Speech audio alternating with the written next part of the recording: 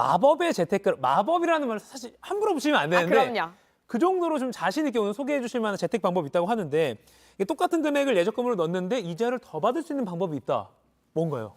일단 우리가 적금의 유형을 좀 두 가지로 분류해서 먼저 생각을 해봐야 되는데요. 네. 적금은 정기 적금과 수시 적금, 즉 자유 적금 이렇게 두 가지로 나눌 수가 네. 있습니다. 예, 정기 적금 같은 경우에는 정해진 날짜에 정해진 금액을 꼬박꼬박 저축을 해야 되는 방식이고요. 네. 그리고 자유 적금은 날짜도 자유롭게 그리고 금액도 자유롭게 넣을 수 있는 저축 방식입니다. 네. 근데 우리가 이 마법의 방법은 바로 정기 적금에 해당이 되는 얘긴데요. 아, 네. 네, 정기적금은 우리가 설사 돈을 좀 빨리 납입을 한다고 하더라도 네. 뭐 이자를 더 준다거나 혹은 우리가 만기일이 당겨진다거나 하는 건 아닙니다. 하지만 반대로 불이익은 있습니다. 우리가 꼬박꼬박 예를 들어 15일에 저축을 해야 되는 걸 네. 17일, 20일에 늦게 저축을 하게 된다면 만기일도 늦춰지고요. 아. 그리고 받을 수 있는 이자의 금액도 적어질 수 있습니다.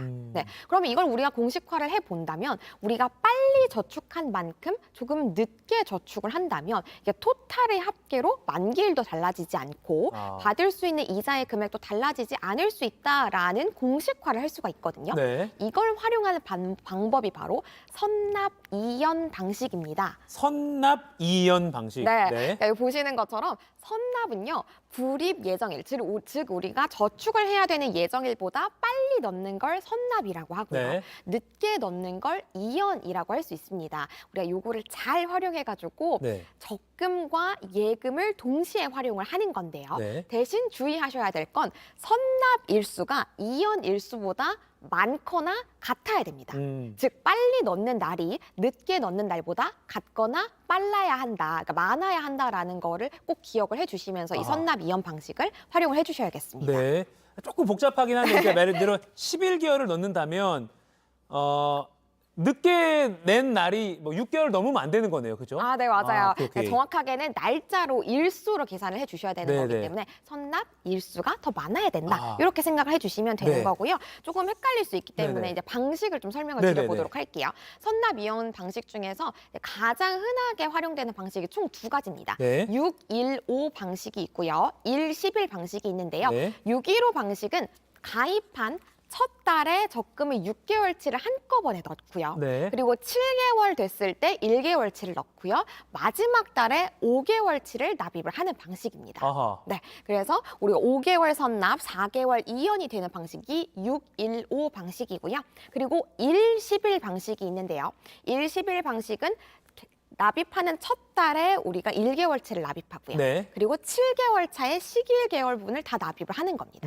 이게 바로 1, 11 방식이고 5개월 이연, 5개월 선납을 하게 되는 방식입니다. 아하. 아까 말씀하신 대로 이연 한 개 넘지 않았어요. 그죠? 네네. 선납이랑 같거나 커야 되는. 그러니까 선납을 신경을 잘 써야겠네요. 네, 그죠? 맞습니다. 아하. 근데 이렇게 선납을 하고 나면은 원래 넣었어야 될 목돈이 다른 데 갈 데가 없잖아요. 아, 네네네. 이때 우리가 정기 예금을 가입을 해가지고 그 기간 동안에 또 한 번 이자 혜택을 챙기는 겁니다. 아. 그게 바로 선납 이연 방식의 장점인 건데요. 네. 우리가 금액으로 말씀을 드리면 조금 더 확 와닿으실 것 네네네. 같아서 요 계산을 항상 잘 해주잖아요. 맞습니다. 네네. 이제 말로만 들으면 좀 헷갈리니까요. 네. 네, 예를 들어서 제가 목돈 3천만 원이 있다라고 가정을 한번 네. 해볼게요. 이때 제가 연 5% 금리에 1년짜리 정기적금을 가입을 합니다.